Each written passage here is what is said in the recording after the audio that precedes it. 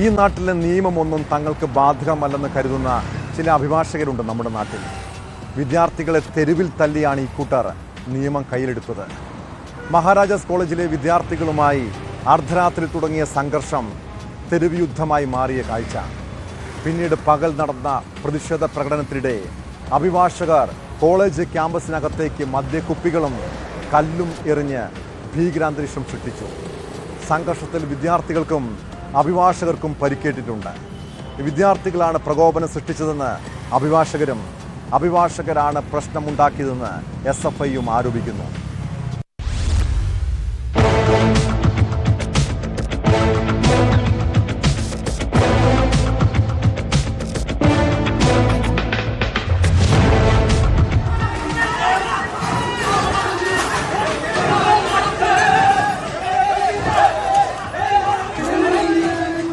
അർദ്ധരാത്രി വിദ്യാർത്ഥികളും അഭിഭാഷകരും തമ്മിൽ കോടതി സമുച്ചയത്തിന് സമീപം വലിയ സംഘർഷമാണ് ഉണ്ടായത്.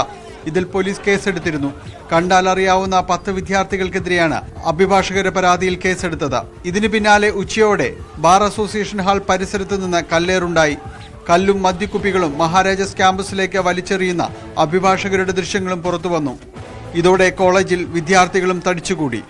അഭിഭാഷകർ തങ്ങളെ അകാരണമായി മർദ്ദിക്കുകയായിരുന്നുവെന്ന് വിദ്യാർത്ഥികൾ പറയുന്നു. ഈ ക്യാമ്പസിലെ 4 വിദ്യാർത്ഥികളെ അവരുടെ രാഷ്ട്രീയം SFI എന്നുള്ളതല്ല മുഴുവൻ ആളുകളുടെയും. അത് ഞാൻ പറയാനുള്ള കാരണം ഞാൻ തുടർച്ചയിൽ പറയാം. 4 വിദ്യാർത്ഥികളെ സംഘം ചേർന്ന് ഏകപക്ഷീയമായി ആക്രമിക്കുന്ന നിലയാണ് ഇന്നലെ അഭിഭാഷകരുടെ ഭാഗത്തു നിന്നുണ്ടായത്. ആ വിദ്യാർത്ഥികൾ അക്രമം ഏറ്റുവാങ്ങി ജീവൻ രക്ഷാർത്ഥം ഓടി ഈ ക്യാമ്പസിന്റെ പ്രധാന കവാടത്തിലേക്ക് വരുമ്പോൾ ഇവിടെ നിന്നും പുറത്തേക്ക് എത്തിയ വിദ്യാർത്ഥികൾ ഏതാണ്ട് 15ഓളം വരുന്ന വിദ്യാർത്ഥികളെ 40ഉം 50ഉം വയസ്സ് പ്രായമുള്ള ആളുകൾ അരയിൽ കെട്ടിയിരുന്ന ബെൽറ്റൂരി അടിക്കുന്ന നില, കയ്യിലുണ്ടായിരുന്ന ബിയർ ബോട്ടിൽ വെച്ച് തലയടിച്ച് പൊട്ടിക്കുന്ന നില, ഇരഞ്ഞു പിടിച്ച് വിദ്യാർത്ഥികളെ ആക്രമിക്കുന്നതിന് വേണ്ടിയിട്ട് മദ്യാസക്തിയിലാണ് വിദ്യാർത്ഥികളെ ആക്രമിക്കുന്നതിന് വേണ്ടിയിട്ടുള്ള ശ്രമം നടത്തിയത്. അർദ്ധരാത്രി ജില്ലാ കോടതി വളപ്പിലാണ് ആദ്യ സംഘർഷമുണ്ടായത്. ഇതിൽ 10ലേറെ വിദ്യാർത്ഥികൾക്കും 9 അഭിഭാഷകർക്കും പരിക്കേറ്റു. സംഘർഷം നിയന്ത്രിക്കാനെത്തിയ പോലീസുകാർക്കും പരിക്കേറ്റു. എറണാകുളം ബാർ അസോസിയേഷന്റെ വാർഷികാഘോഷ പരിപാടികൾ നടക്കുന്നിടത്ത് വിദ്യാർത്ഥികളെത്തി പ്രശ്നമുണ്ടാക്കിയതായാണ് അഭിഭാഷകരുടെ പരാതി.